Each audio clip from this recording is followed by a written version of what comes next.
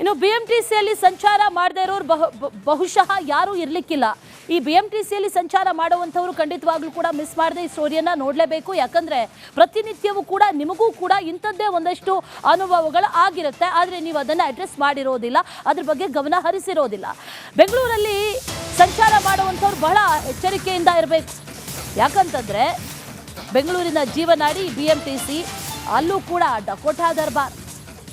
ಬಸ್ಗಳು ಸಂಪೂರ್ಣವಾಗಿ ಹದಗೆಟ್ಟು ಹೋಗಿದೆ. ಬಿಎಂಟಿಸಿ ಕೂಡ ಡಕೋಟಾ ಎಕ್ಸ್ಪ್ರೆಸ್ ಆಗಿದೆ. ಕೈಯಲ್ಲೇ ಕಿತ್ತು ಬರ್ತಾ ಇದೆ ಬಸ್ನ ಬಹುತೇಕ ಈ ಬಿಡಿ ಭಾಗಗಳೆಲ್ಲ. ಬೆಳಗ್ಗೆ ಸರಿ ಇತ್ತು, ಈಗ ಹೋಯ್ತು ಅಂತ ಚಾಲಕ ಕೇಳಿದಂಥ ಸಂದರ್ಭದಲ್ಲಿ ಸಬೂಬ್ ಕೊಡ್ತಾ ಇರೋದು. ಸರಿ ಇತ್ತು, ನಾವು ಓಡಿಸುವಂಥ ಸಂದರ್ಭದಲ್ಲಿ ಚೆಕ್ ಮಾಡಿದ್ವಿ, ಆದರೆ ಈಗ ಹೋಗಿದೆ ಅಂತ. ಜಸ್ಟ್ ಸ್ವಲ್ಪ ಯಾಮಾರಿದ್ರು ಕೂಡ ಪ್ರಯಾಣಿಕರು ರಸ್ತೆಗೆ ಬೀಳೋದು ಪಕ್ಕ ಇಂಥ ಬಸ್ಸಲ್ಲಿ ಹೋದರೆ. ಬಿಎಂಟಿಸಿ ಬಸ್ಗಳಲ್ಲಿ ಫಸ್ಟ್ ಏಡ್ ಬಾಕ್ಸ್ ಆಗಿರ್ಬೋದು ಅಥವಾ ಈ ಅಗ್ನಿಯನ್ನು ಆರಿಸುವಂಥದ್ದಾಗಿರ್ಬೋದು, ಯಾವುದೂ ಫಸ್ಟ್ ಸೇಫ್ಟಿ ಮೆಷರ್ಸ್ ಅನ್ನುವಂಥದ್ದು ಯಾವುದೂ ಇಲ್ಲ. ಪ್ರಾಥಮಿಕ ಚಿಕಿತ್ಸೆ ಪೆಟ್ಟಿಗೆ ಕಡ್ಡಾಯ ಅಂತ ಇದ್ರೂ ಕೂಡ ಅದು ಇಲ್ಲವೇ ಇಲ್ಲ. ರಿಪಬ್ಲಿಕ್ ಕನ್ನಡ ರಿಯಾಲಿಟಿ ಚೆಕ್ನಲ್ಲಿ ಈ ಡಕೋಟಾ ಬಸ್ನ ಅಸಲಿಯತ್ತು ರಿವೀಲ್ ಆಗಿದೆ. ಇದನ್ನು ನಂಬಿಕೊಂಡು ಬಸ್ನಲ್ಲಿ ಪ್ರಯಾಣಿಸೋದು. ಈ ಬಿಎಂಟಿಸಿ ಆಗಿರ್ಬೋದು ಅಥವಾ ಇನ್ನಿತರ ಬಸ್ಗಳಾಗಿರ್ಬೋದು, ಸರ್ಕಾರಿ ಬಸ್ಗಳನ್ನೇ ಹೇಳ್ತಾ ಇರೋದು, ಸರ್ಕಾರಿ ಬಸ್ಗಳಾಗಿರ್ಬೋದು. ಅನೇಕ ಬಾರಿ ಈ ಹಿಂದೆಯೂ ಕೂಡ ಗಮನಿಸಿದ್ವಿ. ಆ ಬಸ್ಗಳಲ್ಲಿ ಯಾವ ರೀತಿ ವ್ಯವಸ್ಥೆ ಅಂತಂದರೆ, ಮಳೆ ಬಂದರೆ ಮೇಲ್ಗಡೆಯಿಂದ ನೀರು ಬೀಳುತ್ತೆ, ಬಸ್ ಒಳಗಡೆನೂ ಕೂಡ ಛತ್ರಿ ಹಿಡ್ಕೊಂಡು ಕೂತ್ಕೊಳ್ಳುವಂಥ ಪರಿಸ್ಥಿತಿ ಇರುವಂಥ ಬಸ್ಗಳು ಅನೇಕ ಇದೆ. ಇದು ಬಿಎಂಟಿಸಿ ಅವಾಂತರ. ಇದು ಕೈಯಲ್ಲೇ ಕಿತ್ತು ಬರುತ್ತೆ. ಆ ಚಾಲಕನನ್ನು ಕೇಳಿದ್ರೆ ಆತ ಹೇಳುವಂಥ ಮಾತಂತಂದರೆ, ಬೆಳಗ್ಗೆ ಸರಿ ಇತ್ತು, ಇವಾಗ ಹಾಳಾಗಿದೆ, ಇವಾಗ ಸರಿ ಇಲ್ಲ ಅಂತ. ಅದು ಕಿತ್ತು ಬಂದಿದೆ ಕಂಪ್ಲೀಟಾಗಿ. ಯಾರಾದರೂ ಒಂಚೂರು ಅನಾಹುತ ಆಗಿ ಏನಾದರೂ ಆಯಿತು ಅನ್ನಿದ್ರೆ ಅದಕ್ಕೆ ಯಾರು ಜವಾಬ್ದಾರಿ? ಯಾರು ಇದರ ಜವಾಬ್ದಾರಿಯನ್ನು ಯಾರು ಹೊತ್ಕೊಳ್ತಾರೆ? ಫಸ್ಟ್ ಏಡ್ ಬಾಕ್ಸ್ ಇರಬೇಕಂತ ಇದೆ, ಅದಿಲ್ಲ ಕಂಪ್ಲೀಟಾಗಿ. ಇಲ್ಲೂ ಅಷ್ಟೇ ಬಿಡಿ ಭಾಗಗಳೆಲ್ಲವೂ ಕೂಡ ಕೈಯಿಂದಾನೇ ಎಬ್ಸಿದ್ರೆ ಕಿತ್ತು ಬರ್ತಾ ಇದೆ. ಅಂಥ ಪರಿಸ್ಥಿತಿ ಬೆಂಗಳೂರಿನ ಬಿಎಂಟಿಸಿ ಬಸ್ಗಳದ್ದು.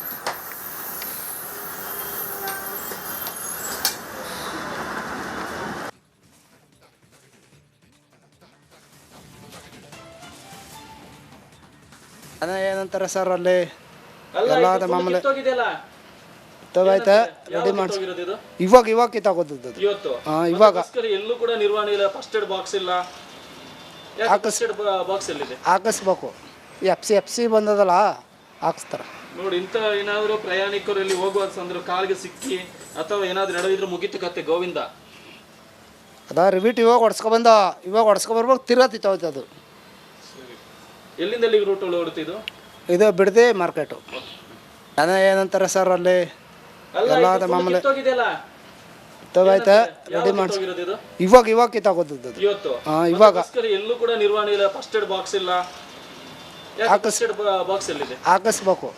ಎಫ್ ಸಿ ಬಂದದಲ್ಲ, ಹಾಕಿಸ್ತಾರೆ ನೋಡಿ. ಇಂಥ ಏನಾದರೂ ಪ್ರಯಾಣಿಕರು ಇಲ್ಲಿ ಹೋಗುವ ಸಂದ್ರೆ ಕಾಲಿಗೆ ಸಿಕ್ಕಿ ಅಥವಾ ಏನಾದ್ರು ನಡೆದಿದ್ರೆ ಮುಗಿತು ಕತೆ ಗೋವಿಂದ. ಅದ ರಿವೀಟ್ ಇವಾಗ ಹೊಡ್ಸ್ಕೊಬರ್ಬೇಕು, ತಿರ್ಗತ್ತಿತ್ತೋಯ್ತು ಅದು. ಎಲ್ಲಿಂದ ಎಲ್ಲಿಗೆ ರೂಟ್ ಓಡುತ್ತಿದ್ದು? ಇದು ಬಿಡದೆ ಮಾರ್ಕೆಟು. ಅದ ಏನಂತಾರೆ ಗಮನಿಸೋದಲ್ಲ ಈ ಚಾಲಕ ಏನು ಹೇಳ್ತಾನೆ ಅಂತ ಅಷ್ಟೇ. ಪ್ರಯಾಣಿಕರ ಜೀವಕ್ಕೆ ಯಾವುದೇ ರೀತಿಯ ಸೇಫ್ಟಿ ಆಗಲಿ ಅದು ಯಾವುದನ್ನು ಕೂಡ ಅವರು ಅಶ್ಯೂರ್ ಅಂತೂ ಮಾಡೋದಿಲ್ಲ. ಬೆಳಗ್ಗೆ ಸರಿ ಇತ್ತು, ಇವಾಗ ಸಹ ಹಾಳಾಗಿದೆ ಅನ್ನೋ ಸಬೂಬನ್ನು ಕೊಡ್ತಾ ಇರ್ಬಿಟ್ರೆ, ಅನಾಹುತ ನಡೆದಂಥ ಸಂದರ್ಭದಲ್ಲೂ ಇದನ್ನೇ ಹೇಳೋದು.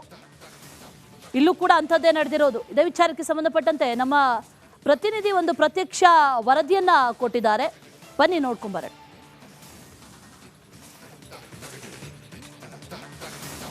ನಿತ್ಯವೂ ಕೂಡ ಲಕ್ಷಾಂತರ ಜನರನ್ನು ಹೊತ್ತು ಸಾಗುವಂತಹ ಬಿಎಂಟಿಸಿ ಬಸ್ಗಳು ಎಷ್ಟೊಂದು ಸುರಕ್ಷಿತವಾಗಿದೆ ಅನ್ನೋದನ್ನು ರಿಪಬ್ಲಿಕ್ ಕನ್ನಡ ಇವತ್ತು ರಿಯಾಲಿಟಿ ಚೆಕ್ ಮಾಡ್ತಾ ಇದೆ. ನಿಮಗೆ ಇಲ್ಲಿ ಹಂತವಾಗಿ ಕೂಡ ಲೋಪ ಕಾಣಿಸ್ತಾ ಇದೆ. ಮೊದಲಿಗೆ ಇಲ್ಲಿ ನೋಡ್ತಾ ಇರ್ಬೋದು, ಅಂದರೆ ಫಸ್ಟ್ ಏಡ್ ಬಾಕ್ಸ್, ಅಂದರೆ ತುರ್ತು ಸಂದರ್ಭದಲ್ಲಿ ಜನರಿಗೆ ಪ್ರಯಾಣಿಕರಿಗೆ ನೆರವಾಗಲು ಇಲ್ಲಿ ಫಸ್ಟ್ ಏಡ್ ಬಾಕ್ಸ್ ಇರಬೇಕಾಗಿತ್ತು. ಬಟ್ ಫಸ್ಟ್ ಏಡ್ ಬಾಕ್ಸ್ ಬಹುತೇಕ ಬಸ್ಗಳಲ್ಲಿ ಇಲ್ಲ. ಯಾವುದಾದ್ರೂ ಒಂದು ಚಿಕ್ಕ ಗಾಯವಾದರೂ ಕೂಡ ಅದಕ್ಕೆ ಬೇಕಾದಂತಹ ವ್ಯವಸ್ಥೆ ಬಿಎಂಟಿಸಿ ಬಸ್ಗಳಲ್ಲಿಲ್ಲ. ಇನ್ನು ಬಿಎಂಟಿಸಿ ಬಸ್ಗಳ ಸೀಟ್ ಆಗಿರ್ಬೋದು, ಸ್ಟೇರಿಂಗ್ ಆಗಿ ಪ್ರತಿಯೊಂದನ್ನು ಕೂಡ ಗಮನಿಸ್ತಾ ಇರ್ಬೋದು. ಅಂದರೆ ವಯರ್ ಕೂಡ ಅಲ್ಲಿ ಹೊರ ಬಂದಿದೆ. ಅಂದರೆ ಅಷ್ಟೊಂದು ಅಧ್ವಾನವಾಗಿದೆ ಇಂತಹ ಬಸ್ನಲ್ಲಿ ಕೂಡ ನಿತ್ಯವೂ ಕೂಡ ನೂರಾರು ಮಂದಿ ಪ್ರಯಾಣಿಸ್ತಿದ್ದಾರೆ. ಇಲ್ಲಿ ನೀವು ನೋಡ್ತಾ ಇರೋದು ಅಂದರೆ ವಯರ್ ಕೂಡ ಹೊರ ಬಂದಿದೆ. ಇಷ್ಟೊಂದು ನಿರ್ವಹಣೆ ಮಾಡುವಲ್ಲಿ ಎಲ್ಲೊಂದು ಕಡೆ ಈ ಒಂದು ಬಸ್ಗಳ ಸರಿಯಾದ ರೀತಿಯ ನಿರ್ವಹಣೆ ಮಾಡುವಲ್ಲಿ ಸಾರಿಗೆ ಇಲಾಖೆ ಅಧಿಕಾರಿಗಳು ಎಲ್ಲೊಂದು ಕಡೆ ವಿಫಲರಾದ್ರ ಅನ್ನೋ ಪ್ರಶ್ನೆ ಕೂಡ ಮೂಡುತ್ತೆ. ಅದರ ಮುಂದುವರೆದ ನಿಮಗೆ ಮತ್ತಷ್ಟು ತೋರಿಸ್ತಾ ಹೋಗ್ತೀನಿ. ಅಂದರೆ ಈ ಒಂದು ಬಸ್ ಏನೇ ಡಕೋಟಾ ಎಕ್ಸ್ಪ್ರೆಸ್ ಆಗಿದೆ. ಇತ್ತೀಚೆಗೆ BMTCಗಳಿಂದ ಆಕ್ಸಿಡೆಂಟ್ ಪ್ರಮಾಣ ಹೆಚ್ಚಾಗ್ತಾ ಇದೆ. ಇಂತಹ ಸಂದರ್ಭದಲ್ಲಿ BMTCಯ ಎಷ್ಟೊಂದು ನಿರ್ವಹಣೆ ಮಾಡಿದೆ ಅಂತ ನಿಮಗೆ ತೋರಿಸ್ತಾ ಹೋಗ್ತೀನಿ. ಇಲ್ಲಿ ಅಂದರೆ ಬಹುತೇಕ ಈ ಬೆಂಗಳೂರಲ್ಲಿ ಒಂದು ಕಡೆ ಗುಂಡಿಮಯ ರಸ್ತೆ, ಇಂತಹ ಗುಂಡಿಮಯ ರಸ್ತೆಯ ನಡುವೆ ಕೂಡ ಈ ರೀತಿಯ ಡಕೋಟಾ ಎಕ್ಸ್ಪ್ರೆಸ್ ಆಗಿದೆ. ಅಂದರೆ ಇದು ಕೈಯಲ್ಲಿ ಬರ್ತಾ ಇದೆ. ಇಷ್ಟೊಂದು ಅಧ್ವಾನವಾಗಿದೆ ಈ BMTC ಬಸ್ಗಳು. ಇದು ಕೈಯಲ್ಲಿ ಬರುವ ರೀತಿಯಲ್ಲಿದೆ. ನೀವು ಇಲ್ಲಿ ನೋಡ್ತಾ ಇರ್ಬೋದು. ಅಂದರೆ ಈ ಗುಂಡಿಗೆ ಬಿದ್ದಂತಹ ಸಂದರ್ಭದಲ್ಲಿ ಅಥವಾ ಹದಗೆಟ್ಟ ರಸ್ತೆಯಲ್ಲಿ ಸಂಚಾರ ಮಾಡುವಂತಹ ಸಂದರ್ಭದಲ್ಲಿ ಈ ಬಸ್ಗಳು ಏನಾಗ್ತದೆ, ಜಂಪ್ ಮಾಡಿದಂತಹ ಸಂದರ್ಭದಲ್ಲಿ ಪ್ರಯಾಣಿಕರು ಇಲ್ಲಿ ಪರದಾಡುವಂತಹ ಸನ್ನಿವೇಶ ಇದೆ. ಎಲ್ಲೂ ಕೂಡ BMTC ಅಧಿಕಾರಿಗಳು ಸರಿಯಾದ ರೀತಿಯಲ್ಲಿ ನಿರ್ವಹಣೆ ಮಾಡಿಲ್ಲ. ನಿರ್ವಹಣೆ ಮಾಡಬೇಕಂತಹ ಅಧಿಕಾರಿಗಳು ಇಲ್ಲಿ ನಿರ್ಲಕ್ಷ್ಯ ತೋರ್ತಾ ಇದ್ದಾರೆ. ನಿತ್ಯವೂ ಕೂಡ ಸಾವಿರಾರು ಲಕ್ಷಾಂತರ ಜನರು BMTC ಬಸ್ಗಳಲ್ಲಿ ಸಂಚಾರ ಮಾಡ್ತಾರೆ. ಇಂತಹ ಬಸ್ಗಳನ್ನು ಎಲ್ಲೊಂದು ಕಡೆ ನಿರ್ವಹಣೆ ಮಾಡುವಲ್ಲಿ ಸಾರಿಗೆ ಇಲಾಖೆ ಎಡವಿರೋದು ರಿಪಬ್ಲಿಕ್ ಕನ್ನಡ ನಡೆಸಿದಂತಹ ರಿಯಾಲಿಟಿ ಚೆಕ್ನಲ್ಲಿ ಬಯಲಾಗಿದೆ. ಕ್ಯಾಮರಾ ಪರ್ಸನ್ ರಘು ಜೊತೆ ಸತ್ತಾರ್, ರಿಪಬ್ಲಿಕ್ ಕನ್ನಡ, ಬೆಂಗಳೂರು. ಬೆಂಗಳೂರಿನಲ್ಲಿ ಓಡಾಡುವಂತಹ BMTC ಬಸ್ನ ಕರ್ಮಕಾಂಡ ಗಮನಿಸಿದ್ವಿ. ಯಾವ ರೀತಿಯಾಗಿದೆ ಅಸಲಿ ಬಸ್ಗಳು, ಅದರ ಸ್ಥಿತಿ ಅನ್ನೋದನ್ನ. ಇನ್ನು ಬೆಂಗಳೂರಿನಿಂದ ನೆರೆ ರಾಜ್ಯಕ್ಕೆ ಸಂಚಾರ ಮಾಡುವಂಥ ಬಸ್ಗಳ ಕಥೆ ಏನು ಹಾಗಾದ್ರೆ? ಅದು ಕೂಡ ಅದೇ ರೀತಿಯಾಗಿದೆ. ಅದರಲ್ಲೂ ಯಾವುದೇ ವ್ಯತ್ಯಾಸ ಇಲ್ಲ, ಯಾವುದೇ ಡಿಫ್ರೆನ್ಸ್ ಇಲ್ಲ. ಅಲ್ಲೂ ಕೂಡ ಅದೇ ಕತೆ. ಇನ್ನು BMTCಯಲ್ಲಿ ಸಂಚಾರ ಮಾಡದೇ ಇರೋರು ಬಹುಶಃ ಯಾರೂ ಇರಲಿಕ್ಕಿಲ್ಲ. ಈ BMTCಯಲ್ಲಿ ಸಂಚಾರ ಮಾಡುವಂಥವ್ರು ಖಂಡಿತವಾಗ್ಲೂ ಕೂಡ ಮಿಸ್ ಮಾಡದೆ ಈ ಸ್ಟೋರಿಯನ್ನು ನೋಡಲೇಬೇಕು. ಯಾಕಂದರೆ ಪ್ರತಿನಿತ್ಯವೂ ಕೂಡ ನಿಮಗೂ ಕೂಡ ಇಂಥದ್ದೇ ಒಂದಷ್ಟು ಅನುಭವಗಳು ಆಗಿರುತ್ತೆ. ಆದರೆ ನೀವು ಅದನ್ನು ಅಡ್ರೆಸ್ ಮಾಡಿರೋದಿಲ್ಲ, ಅದ್ರ ಬಗ್ಗೆ ಗಮನ ಹರಿಸಿರೋದಿಲ್ಲ. ಬೆಂಗಳೂರಲ್ಲಿ ಸಂಚಾರ ಮಾಡುವಂಥವ್ರು ಬಹಳ ಎಚ್ಚರಿಕೆಯಿಂದ ಇರಬೇಕು. ಯಾಕಂತಂದರೆ ಬೆಂಗಳೂರಿನ ಜೀವನಾಡಿ BMTC, ಅಲ್ಲೂ ಕೂಡ ಡಕೋಟಾ ದರ್ಬಾರ್.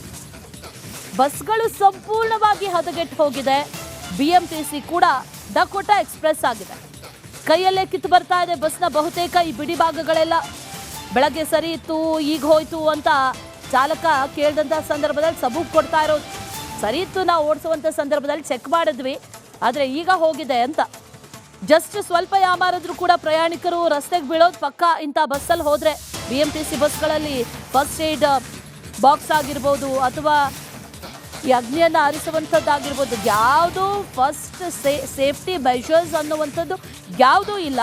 ಪ್ರಾಥಮಿಕ ಚಿಕಿತ್ಸೆ ಪೆಟ್ಟಿಗೆ ಕಡ್ಡಾಯ ಅಂತ ಇದ್ರೂ ಕೂಡ ಅದು ಇಲ್ಲವೇ ಇಲ್ಲ. ರಿಪಬ್ಲಿಕ್ ಕನ್ನಡ ರಿಯಾಲಿಟಿ ಚೆಕ್ನಲ್ಲಿ ಈ ಡಕೋಟಾ ಬಸ್ನ ಅಸಲಿಯತ್ತು ರಿವೀಲ್ ಆಗಿದೆ. ಇದನ್ನು ನಂಬಿಕೊಂಡು ಬಸ್ನಲ್ಲಿ ಪ್ರಯಾಣಿಸೋದು. ಈ BMTC ಆಗಿರ್ಬೋದು ಅಥವಾ ಇನ್ನಿತರ ಬಸ್ಗಳಾಗಿರ್ಬೋದು, ಸರ್ಕಾರಿ ಬಸ್ಗಳನ್ನೇ ಹೇಳ್ತಾ ಇರೋದು, ಸರ್ಕಾರಿ ಬಸ್ಗಳಾಗಿರ್ಬೋದು. ಅನೇಕ ಬಾರಿ ಈ ಹಿಂದೆಯೂ ಕೂಡ ಗಮನಿಸಿದ್ವಿ. ಆ ಬಸ್ಗಳಲ್ಲಿ ಯಾವ ರೀತಿ ವ್ಯವಸ್ಥೆ ಅಂತಂದರೆ, ಮಳೆ ಬಂದರೆ ಮೇಲ್ಗಡೆಯಿಂದ ನೀರು ಬೀಳುತ್ತೆ, ಬಸ್ ಒಳಗಡೆನೂ ಕೂಡ ಛತ್ರಿ ಹಿಡ್ಕೊಂಡು ಕೂತ್ಕೊಳ್ಳುವಂಥ ಪರಿಸ್ಥಿತಿ ಇರುವಂಥ ಬಸ್ಗಳು ಅನೇಕ ಇದೆ. ಇದು BMTC ಅವಾಂತರ. ಇದು ಕೈಯಲ್ಲೇ ಕಿತ್ತು ಬರುತ್ತೆ. ಆ ಚಾಲಕನನ್ನು ಕೇಳಿದ್ರೆ ಆತ ಹೇಳುವಂಥ ಮಾತಂತಂದರೆ, ಬೆಳಗ್ಗೆ ಸರಿ ಇತ್ತು, ಇವಾಗ ಹಾಳಾಗಿದೆ, ಇವಾಗ ಸರಿ ಇಲ್ಲ ಅಂತ. ಅದು ಕಿತ್ತು ಬಂದಿದೆ ಕಂಪ್ಲೀಟಾಗಿ. ಯಾರಾದರೂ ಒಂಚೂರು ಅನಾಹುತ ಆಗಿ ಏನಾದರೂ ಆಯಿತು ಅನ್ನಿದ್ರೆ ಅದಕ್ಕೆ ಯಾರು ಜವಾಬ್ದಾರಿ? ಯಾರು ಇದರ ಜವಾಬ್ದಾರಿಯನ್ನು ಯಾರು ಹೊತ್ಕೊಳ್ತಾರೆ? ಫಸ್ಟ್ ಏಡ್ ಬಾಕ್ಸ್ ಇರಬೇಕಂತ ಇದೆ, ಅದಿಲ್ಲ ಕಂಪ್ಲೀಟಾಗಿ. ಇಲ್ಲೂ ಅಷ್ಟೇ ಬಿಡಿ ಭಾಗಗಳೆಲ್ಲವೂ ಕೂಡ ಕೈಯಿಂದಾನೇ ಎಬ್ಸಿದ್ರೆ ಕಿತ್ತು ಬರ್ತಾ ಇದೆ. ಅಂಥ ಪರಿಸ್ಥಿತಿ ಬೆಂಗಳೂರಿನ BMTC ಬಸ್ಗಳದ್ದು.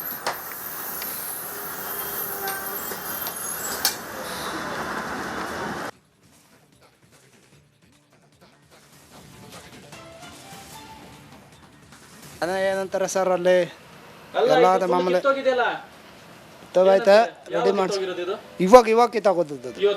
ಇವಾಗ ಎಲ್ಲೂ ಕೂಡ ನಿರ್ವಹಣೆ ಇಲ್ಲ, ಫಸ್ಟ್ ಏಡ್ ಬಾಕ್ಸ್ ಇಲ್ಲ. ಬಾಕ್ಸ್ ಎಲ್ಲಿದೆ? ಹಾಕಿಸ್ಬೇಕು. FC ಬಂದದಲ್ಲ, ಹಾಕಿಸ್ತಾರೆ ನೋಡಿ. ಇಂಥ ಏನಾದರೂ ಪ್ರಯಾಣಿಕರು ಇಲ್ಲಿ ಹೋಗುವ ಸಂದ್ರೆ ಕಾಲಿಗೆ ಸಿಕ್ಕಿ ಅಥವಾ ಏನಾದರೂ ನಡೆದಿದ್ರೆ ಮುಗಿತು ಕತೆ ಗೋವಿಂದ.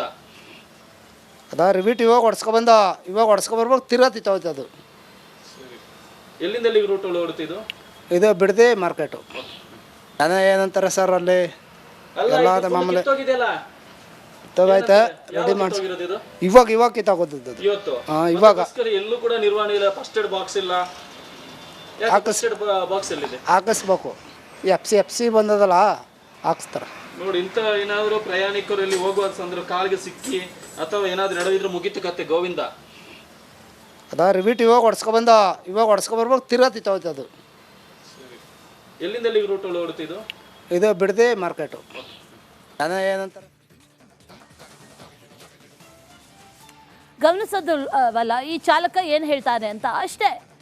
ಪ್ರಯಾಣಿಕರ ಜೀವಕ್ಕೆ ಯಾವುದೇ ರೀತಿಯ ಸೇಫ್ಟಿ ಆಗಲಿ ಅದ್ಯಾವುದನ್ನು ಕೂಡ ಅವರು ಅಶ್ಯೂರ್ ಅಂತೂ ಮಾಡೋದಿಲ್ಲ. ಬೆಳಗ್ಗೆ ಸರಿ ಇತ್ತು, ಇವಾಗ ಸಹ ಹಾಳಾಗಿದೆ ಅನ್ನೋ ಸಬೂಬನ್ನು ಕೊಡ್ತಾ ಇರ್ಬಿಟ್ರೆ, ಅನಾಹುತ ನಡೆದಂಥ ಸಂದರ್ಭದಲ್ಲೂ ಇದನ್ನೇ ಹೇಳೋದು.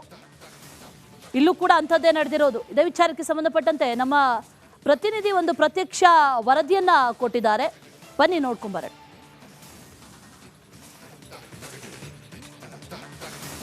ನಿತ್ಯವೂ ಕೂಡ ಲಕ್ಷಾಂತರ ಜನರನ್ನು ಹೊತ್ತು ಸಾಗುವಂತಹ BMTC ಬಸ್ಗಳು ಎಷ್ಟೊಂದು ಸುರಕ್ಷಿತವಾಗಿದೆ ಅನ್ನೋದನ್ನು ರಿಪಬ್ಲಿಕ್ ಕನ್ನಡ ಇವತ್ತು ರಿಯಾಲಿಟಿ ಚೆಕ್ ಮಾಡ್ತಾ ಇದೆ. ನಿಮಗೆ ಇಲ್ಲಿ ಹಂತವಾಗಿ ಕೂಡ ಲೋಪ ಕಾಣಿಸ್ತಾ ಇದೆ. ಮೊದಲಿಗೆ ಇಲ್ಲಿ ನೋಡ್ತಾ ಇರ್ಬೋದು, ಅಂದರೆ ಫಸ್ಟ್ ಏಡ್ ಬಾಕ್ಸ್, ಅಂದರೆ ತುರ್ತು ಸಂದರ್ಭದಲ್ಲಿ ಜನರಿಗೆ ಪ್ರಯಾಣಿಕರಿಗೆ ನೆರವಾಗಲು ಇಲ್ಲಿ ಫಸ್ಟ್ ಏಡ್ ಬಾಕ್ಸ್ ಇರಬೇಕಾಗಿತ್ತು. ಬಟ್ ಫಸ್ಟ್ ಏಡ್ ಬಾಕ್ಸ್ ಬಹುತೇಕ ಬಸ್ಗಳಲ್ಲಿ ಇಲ್ಲ. ಯಾವುದಾದ್ರೂ ಒಂದು ಚಿಕ್ಕ ಗಾಯವಾದರೂ ಕೂಡ ಅದಕ್ಕೆ ಬೇಕಾದಂತಹ ವ್ಯವಸ್ಥೆ BMTC ಬಸ್ಗಳಲ್ಲಿಲ್ಲ. ಇನ್ನು BMTC ಬಸ್ಗಳ ಸೀಟ್ ಆಗಿರ್ಬೋದು, ಸ್ಟೇರಿಂಗ್ ಆಗಿ ಪ್ರತಿಯೊಂದನ್ನು ಕೂಡ ಗಮನಿಸ್ತಾ ಇರ್ಬೋದು. ಅಂದರೆ ವಯರ್ ಕೂಡ ಅಲ್ಲಿ ಹೊರ ಬಂದಿದೆ. ಅಂದರೆ ಅಷ್ಟೊಂದು ಅಧ್ವಾನವಾಗಿದೆ ಇಂತಹ ಬಸ್ನಲ್ಲಿ ಕೂಡ ನಿತ್ಯವೂ ಕೂಡ ನೂರಾರು ಮಂದಿ ಪ್ರಯಾಣಿಸ್ತಿದ್ದಾರೆ. ಇಲ್ಲಿ ನೀವು ನೋಡ್ತಾ ಇರ್ಬೋದು, ಅಂದರೆ ವಯರ್ ಕೂಡ ಹೊರ ಬಂದಿದೆ. ಇಷ್ಟೊಂದು ನಿರ್ವಹಣೆ ಮಾಡುವಲ್ಲಿ ಎಲ್ಲೊಂದು ಕಡೆ ಈ ಒಂದು ಬಸ್ಗಳ ಸರಿಯಾದ ರೀತಿಯ ನಿರ್ವಹಣೆ ಮಾಡುವಲ್ಲಿ ಸಾರಿಗೆ ಇಲಾಖೆ ಅಧಿಕಾರಿಗಳು ಎಲ್ಲೊಂದು ಕಡೆ ವಿಫಲರಾದ್ರ ಅನ್ನೋ ಪ್ರಶ್ನೆ ಕೂಡ ಮೂಡುತ್ತೆ. ಅದರ ಮುಂದುವರೆದ ನಿಮಗೆ ಮತ್ತಷ್ಟು ತೋರಿಸ್ತಾ ಹೋಗ್ತೀನಿ. ಅಂದರೆ ಈ ಒಂದು ಬಸ್ ಏನೇ ಡಕೋಟಾ ಎಕ್ಸ್ಪ್ರೆಸ್ ಆಗಿದೆ. ಇತ್ತೀಚೆಗೆ BMTCಗಳಿಂದ ಆಕ್ಸಿಡೆಂಟ್ ಪ್ರಮಾಣ ಹೆಚ್ಚಾಗ್ತಾ ಇದೆ. ಇಂತಹ ಸಂದರ್ಭದಲ್ಲಿ BMTCಯ ಎಷ್ಟೊಂದು ನಿರ್ವಹಣೆ ಮಾಡಿದಂತ ನಿಮಗೆ ತೋರಿಸ್ತಾ ಹೋಗ್ತೀನಿ. ಇಲ್ಲಿ ಅಂದರೆ ಬಹುತೇಕ ಈ ಬೆಂಗಳೂರಲ್ಲಿ ಒಂದು ಕಡೆ ಗುಂಡಿಮಯ ರಸ್ತೆ, ಇಂತಹ ಗುಂಡಿಮಯ ರಸ್ತೆಯ ನಡುವೆ ಕೂಡ ಈ ರೀತಿಯ ಡಕೋಟಾ ಎಕ್ಸ್ಪ್ರೆಸ್ ಆಗಿದೆ. ಅಂದರೆ ಇದು ಕೈಯಲ್ಲಿ ಬರ್ತಾ ಇದೆ. ಇಷ್ಟೊಂದು ಅಧ್ವಾನವಾಗಿದೆ ಈ BMTC ಬಸ್ಗಳು. ಇದು ಕೈಯಲ್ಲಿ ಬರುವ ರೀತಿಯಲ್ಲಿದೆ. ನೀವು ಇಲ್ಲಿ ನೋಡ್ತಾ ಇರ್ಬೋದು. ಅಂದರೆ ಈ ಗುಂಡಿಗೆ ಬಿದ್ದಂತಹ ಸಂದರ್ಭದಲ್ಲಿ ಅಥವಾ ಹದಗೆಟ್ಟ ರಸ್ತೆಯಲ್ಲಿ ಸಂಚಾರ ಮಾಡುವಂತಹ ಸಂದರ್ಭದಲ್ಲಿ ಈ ಬಸ್ಗಳು ಏನಾಗ್ತದೆ, ಜಂಪ್ ಮಾಡಿದಂತಹ ಸಂದರ್ಭದಲ್ಲಿ ಪ್ರಯಾಣಿಕರು ಇಲ್ಲಿ ಪರದಾಡುವಂತಹ ಸನ್ನಿವೇಶ ಇದೆ.